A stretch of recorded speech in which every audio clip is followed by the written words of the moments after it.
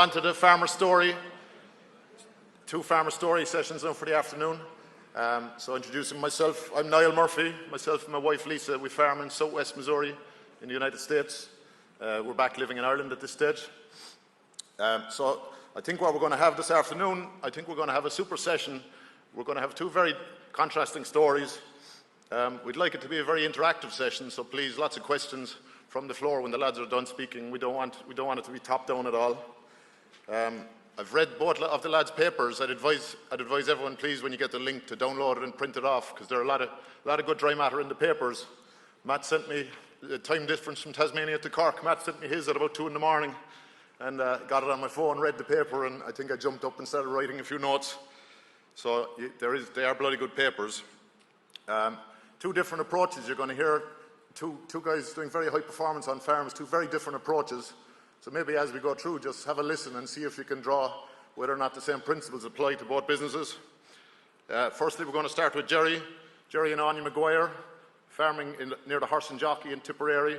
So for our visitors from overseas, that's about an hour, roughly an hour north of here. Would be prime grass-growing land in Ireland. A story of very fast growth. Jerry's at home in the business just over 10 years, about 5 times growth and output in that time, hitting all the metrics, as you'll see today, hitting a lot of the top performance metrics. So I'll hand it over to Jerry.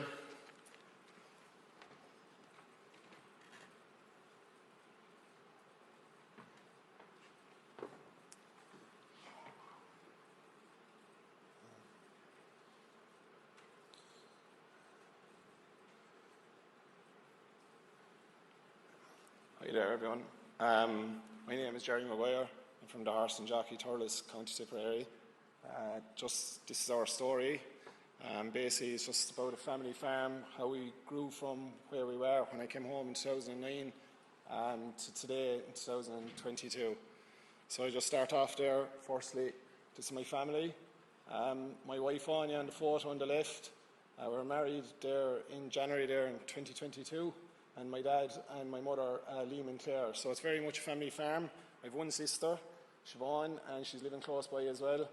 So we're very close-knit and, as I said, very much a family farm. So I just start off there by just giving kind of a background on the farm. The farm itself was bought in 1947 by my granddad, William Maguire. He was a carpenter by trade. Purchased the farm for £1,300 at the time. I suppose it was very much a mixed farm, very typical to what was going on at the time in our area. There was a bit of cattle, beef, 4 cows I think they started off with, and they gradually gathered up the numbers of cows over time. And my dad then was farming alongside him from 1982, and obviously Dad grew up the herd there to about 45 cows, as you can see, and he constructed a milking parlour, 6 units at a time, cubicle houses and slotted sheds. So I suppose the biggest debilitation for my father was that the quota was there and there was so much potential in the farm, but obviously in 1983 or that the quotas came into place, so kind of put a brakes on the farm itself. So I came home in 2010 and I'm farming to current day. I went in partnership with my dad in 2016. And when I came home, there was about 60 cows on the farm itself. It was a 40-hectare block, 100 acres. And I suppose I had the choice to probably go pursue other things. As I said, done a 4-year degree in agriculture itself. And I actually decided to stay at home and kind of work on the farm, and anywhere I could get work outside it, if the farm couldn't sustain income or whatever, I was able to do that. But my goal was always to build up our family farm. So today we're at 200 cows, and next year the plan is to be at 220 cows, 3 cows to the hectare, and 2.6 overall. As I said, I came home from college, and firstly when I came home, I suppose this is a timeline really of where we went, I suppose, and I'll get into things further as we go along. But I suppose when I came home, the first thing I done was, it started receding, and I looked into the fertility of the soil and the pH and all that. So I started working on that. That's what I could do at the time. And then straight away, I suppose I was kind of thrown into the deep end. There was land kind of came up at the time, and there was 26 acres of ground on an out farm that we were renting. It's pretty run down, but we actually purchased it. In the end, it came up for sale, and so it gave us a great start straight away.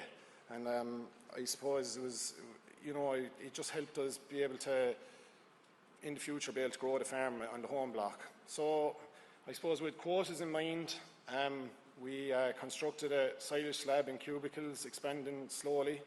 And then in 2014, we grew to 73 cows. And obviously there's a super levy impending again. And that was the problem, I suppose, from that period. We always had the handbrake on, and we could never really release the valve, like. But we started constructing our milking parlour. It was a 14 unit. It was done very, quite cheaply. But we just done anything we could do out of cash flow at that time. And, we just kind of worked with what we had. So then in 2016, obviously the course went in 2015. We had the opportunity to drive on. 2016, 20-acre lease came up, and we took on that. And then there was infrastructure and roadways, obviously putting around that time. Then fast forwarding on, 2017, it's a cubicle shed, calf sheds and water systems. So, we were starting to invest quite a lot of money onto the farm now at this stage. 25 acres of land kind of came up out of the blue behind us. It was very close to the milking block. And we were able to successfully purchase that, and we went to about 134 cows. And then again in 2021, 39 acres land, again, adjoining that again, came up for purchase, and so we went for it and we were successful. And I'll just get into all that kind of a bit deeper as we go through the presentation. So I suppose today, even at the moment, we're actually, while I'm here, there's a 22 unit parlour going in a home, so probably should be at home doing that. But no, look, so we've got that parlour in now at the moment, so that should be very helpful. And currently we're at 74 hectares and 10.5 hectares of sport block and 200 cows, as I said. So that's just a photo of the platform itself. The original platform there you can see outlined in yellow, and then the 2016, the dark blue, 2019 block, which is quite close to us, and 2021 block. And then obviously on the right hand side then is our out farm, the 2010 block we purchased. So what kind of drove this kind of expansion, I suppose? And obviously one thing I suppose what we focused in on, and obviously we'll go through all the other stuff, but was the cow production. And from this side, I actually quite like this side because it really does show where the farm kind of went to. And pre-quota, you can see the farm was, in 2014, was doing 313 kilos of milk solids and 300,000 litres of milk sold. And today we're up again 1.2 million litres sold. And another thing is then we're at 542 kilos of solids. But whatever about the solids, the big thing for me and the big driver in the whole practice was our percentages, and this is what kind of drove the kilos for me. I suppose our fat, we were at 4% originally going back to 2015 just as quotas, and now we're at 4.71% fat. And for the protein as well, we're at 3, as you can see in 2014, 3.37, quotas went in 2015, 3.366, and we're at 3.8 today. So hopefully we can just drive on that further. So this is just our co-op performance report. It didn't always look as healthy as this. As you see again, there was 543 solids sold. As I said, the protein and the fats were 471 and 3.8. But again, going down along it, our EBI there was, it's actually today it is €175, so that has had a big impact on it as well. And our average milk price is about 5 to 6 cents above the average. So it's really good, I suppose, sheet in the sense to be able to gauge yourself off the average in the co-op, and then, the top 10% to see where you are. So every year we've always looked at this and said, what, we'll try and focus in on something that we can work on every year. So it's been improving every year. So financing the expansion, of course, there's a lot of money has to go into this kind of expansion, especially when you're buying land in as well. Obviously you want to put the cows on the land, but then you need the facilities. So as you go down along that slide there, there was a lot of money put into place, and overall there was 405,000 roughly spent on it, and that was working out at €2,700 capex per cow. So just for an extra 150 cows, so it was quite a lot of money, but I suppose it's probably around the general run of things really. So as you can see, there was a lot of money kind of put in through the parlour. I suppose was done quite cheaply. Calf sheds, we would have done a lot of the work on them ourselves. Water system was outsourced, and our cubicle shed, there was a grant claim down on that, and that was contracted out, that job. Roadways, that kind of, we would have got guys in to do that. And then the parlour today, that's been outsourced as well. So key lessons learned. So we had a lot of lessons kind of learned along the way. Problem solving, proactive with best practice, do the sums first, and back yourself if they add up. Sound advice and positive people, and let your farming do the talking. So problem solving. Look, for us, I suppose, the pre-quota era, because we had purchased the land in 2010, money was tight, and it was very tight. We were trying to gear up all along, put facilities in place for when the quotas went, and obviously, money had to come from somewhere. And I suppose when we had a quota and super levies, I remember in 2014, it was in October, or it was in September, and I was just saying to myself, we're heading for a big super levy fine here, and I couldn't see the merit in taking the fine.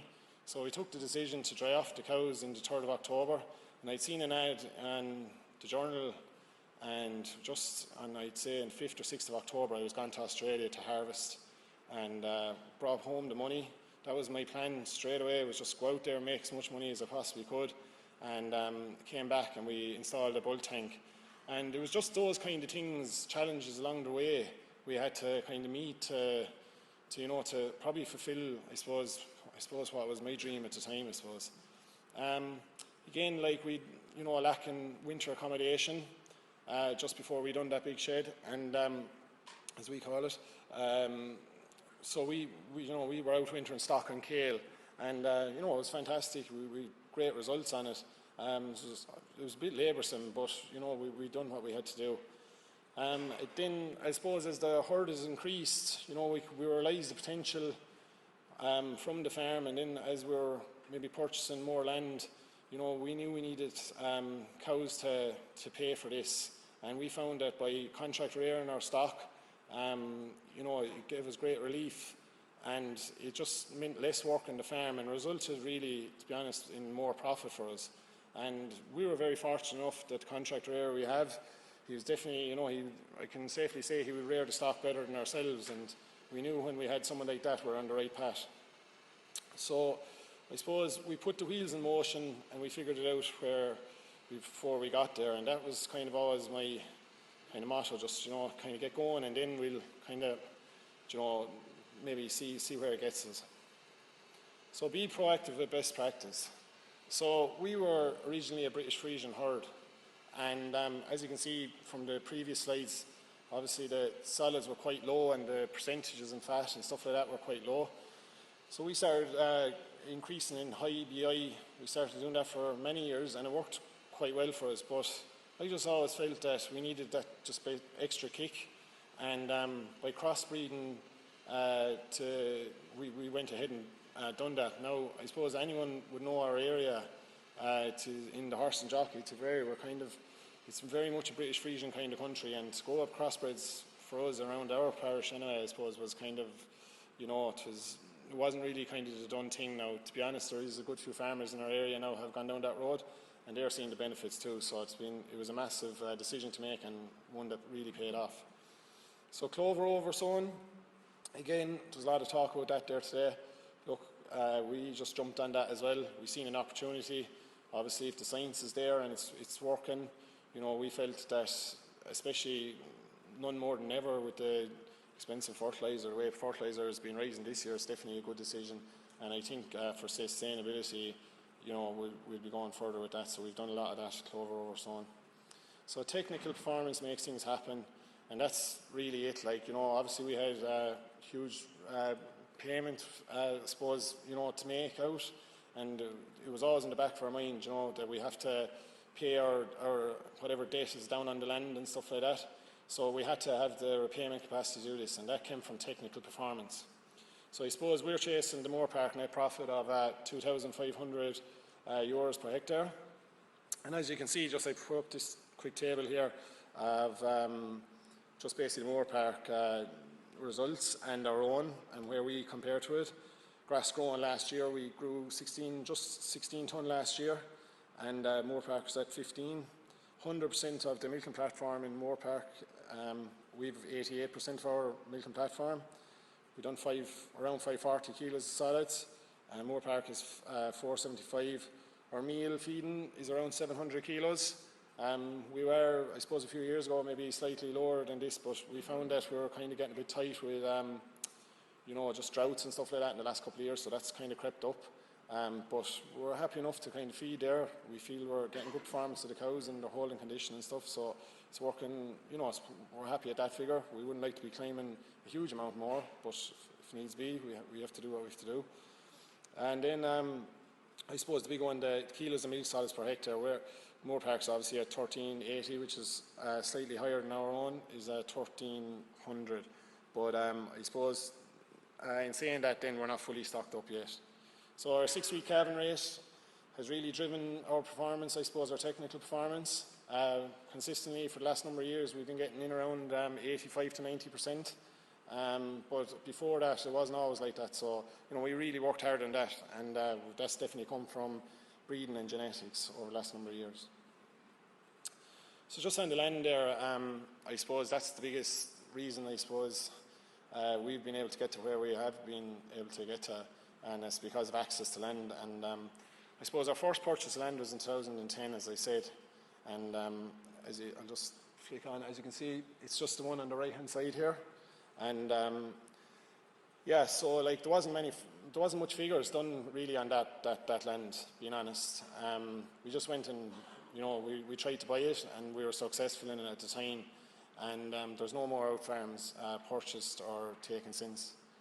In 2019, I suppose the purchase of the 2010 kind of gave us the confidence of the 2019 land, and that was a huge bonus to us, because straight away we were able to kind of increase our cow numbers, and then we were able to kind of see, that we were able to make the figures add up. And I suppose a lot of this was down to our discussion group. Matt Ryan is over our discussion group. I must mention Matt, and also like the work he put in that time for us was huge, and I owe a lot to him for it. And so he done a comprehensive 5-year plan with us as well.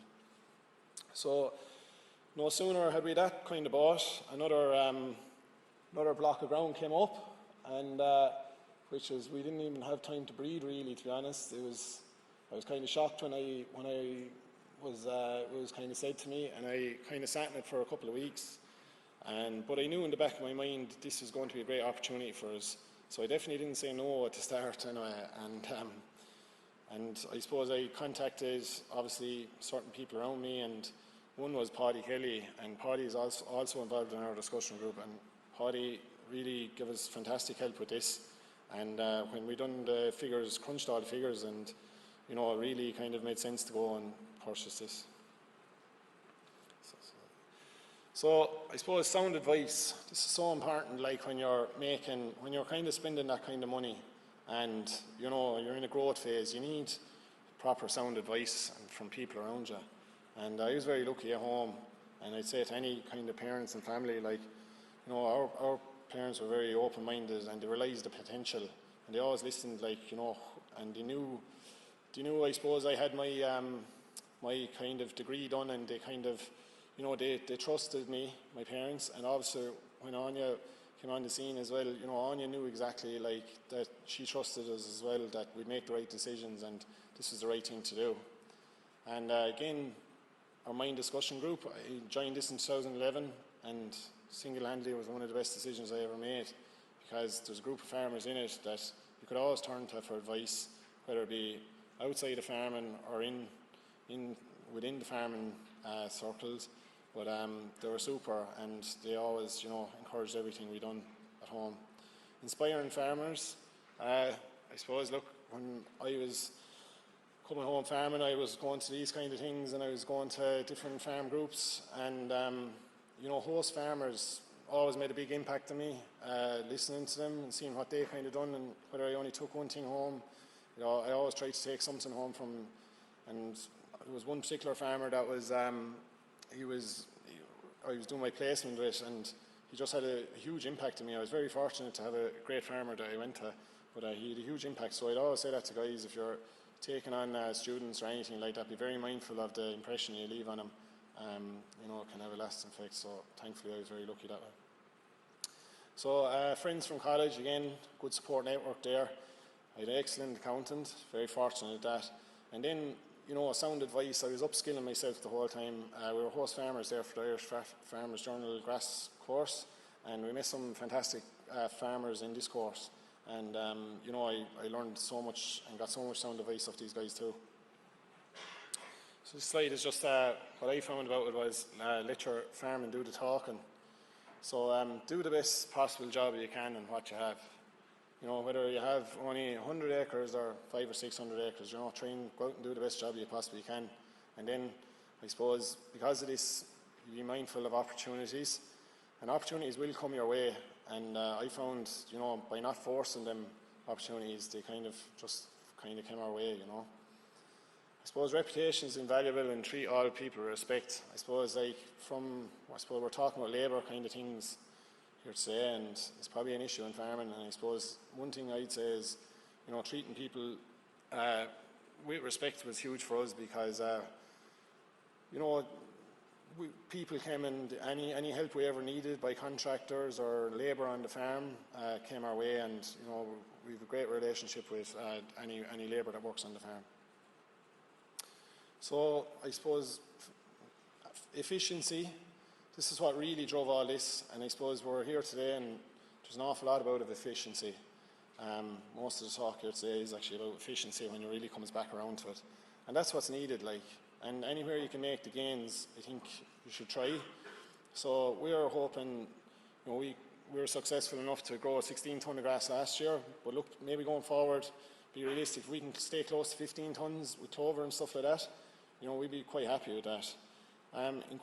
Incorporating clover, reducing fertiliser, we've been doing that. Using protected urea, low emission slurry. Being very mindful of the environment going forward, and the image we're kind of all, portraying, and we need to do our bit for the environment, I suppose. There's a lot of scrutiny on dairy farmers at the moment, and just be mindful of that. So for us, compact calving, getting cows out to grass. So typically they get out to grass in the 1st of February, and if we will do anything we can to keep cows at grass, they'll have a fair job to come in now in our place. But look, if it really is bad weather, we will get them in, but most of the time we'll keep cows at grass. And that was, I think, for us always, that's been the big driver for us. It's helped with labour, it's helped with profit, it's helped with health. It's just a no-brainer, really.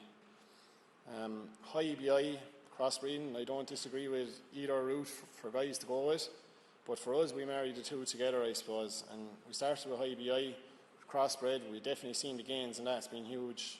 Don't regret it one bit. And at the moment, we're using both, so we're getting the best of both worlds. So control low inputs. I suppose we're not really on the real low end of the scale in meal feeding, but I think it's pretty controlled. We know exactly where we're going every year, and we kind of budget it out. And look, if we have a few hiccups along the line, we're willing to put in a bit of meal, but it's pretty controlled for the most part. Contract rearing, as I said, again, it made a huge efficiency on our farm. We're very lucky to have a good contract rearer, as I said already. But yeah, look, it's been just myself and my dad, and then we also have labour for the spring, and then that labour kind of comes in for 5 milkings in the week, and the workload is minimal at times, and a lot of that is due to contract rearing too, because we can focus on the cows we have, so it's been a big help. So financial planning, I was always the kind of guy who would do figures on the back of a cornflakes box, to be honest. And all along, I'm my mother could vouch for this. I always had a pen and paper out doing sums at dinner time or whatever, who was to be paid next and whatever, when things were quite tight. But now I suppose we've kind of progressed onto, kind of take this computer side of things. We're using cash miner and stuff like that, and anything that we can gain an edge on and see where the farm is kind of going down the line, and kind of plan for any maybe financial hiccups we have. But thankfully it's going fine.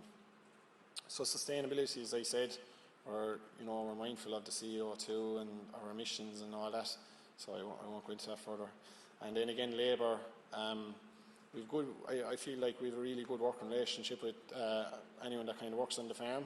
We use our contractors as much as we can. We're willing to spread fertiliser ourselves and spread slurry ourselves when we have time, but for the most part we will use our contractors, and we also have good labour, and we make things pretty easy for that labour that comes in on the farm. We're willing to do that. So that's basically, sorry, there's another slide here, getting ahead of myself. So I suppose so finishing up, I suppose, like our future plans, I suppose complete the development of the 2021 purchase. So we're currently at that at the moment. We're just have roadways and reseeding it and all that kind of stuff at the moment. And again, to get to 20 cows, 3 cows to the hectare. So I feel that we're quite comfortable at this level of cows, and I feel it's a suitable number of cows for our farm. Improve KPIs, 5% fat and 4% protein. I suppose it's kind of ambitious, I suppose, I would say, because maybe the gains in the last year or so haven't been as quick as they have been in the previous 4 or 5 or 4 years before that. But I think with maybe strategic kind of planning, we could get to the 4% protein and obviously the 5% fat, maybe culling out cows. When we consolidate the business, maybe this might happen a bit quicker than maybe I think, but we'll see. So incorporating clover, again, as I said, staying as close to 16 tonne as possible. Probably not achievable, to be honest. I'd be kind of saying maybe 15 tonne if we can. We'll see. And work-life balance, I think it's very important. Every second weekend we have off, and the weekends that the milker isn't milking, he does 5 milkings during the week. So that's the way it kind of works. It's pretty simple. It works for both parties, and we get our time off, and we can get to pursue any other activities we have. Off-farm interests for me are, just we're a new home at the moment, and putting a bit of effort trying to get lawns and stuff sorted and that. And the GA obviously is a good outlet for me, just to clear the head anytime I feel I'm getting too much of the farm or whatever. So I suppose that's really my presentation, and thanks very much.